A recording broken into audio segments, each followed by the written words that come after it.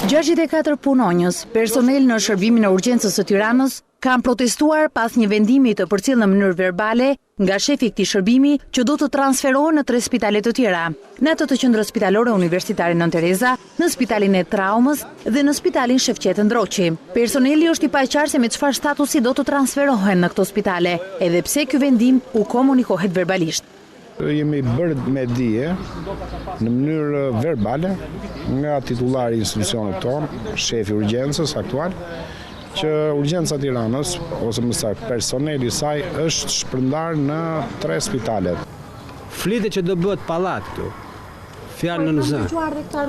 Këtë argument. Tani ku do shkojmë? Mjekët infermierët e këtij shërbimi kanë firmosur një peticion për autoritetet më të larta të vendit, për kryeministrin, kryetarin e kuvendit, për të kërkuar që urgjenca të mos shkrihet apo mbyllet, duke sjellë në vëmendje fluksin e pacientëve që përballojnë. Personeli i urgjencës mjekësore u mblodhëm dhe bëm një peticion.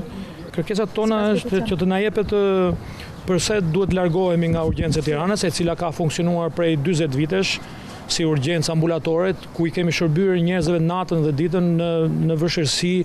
Deputetët demokratë dhe anëtarët e Komisionit Parlamentar të Shëndetësisë u njohën nga afër me shqetësimin e bluzave të bardha. Në horizont duket si një aferë tjetër korruptive e ministrit të Shëndetësisë për ta dhënë me koncesion urgjencën, dhe s'ka ngelur gjë tjetër vetëm të japë atë stafin mjekësor dhe jo mjekësor me koncesion. Neve i kërkojmë ministrit që të tërhiqet në mënyrë urgjente nga kjo iniciativë korruptive.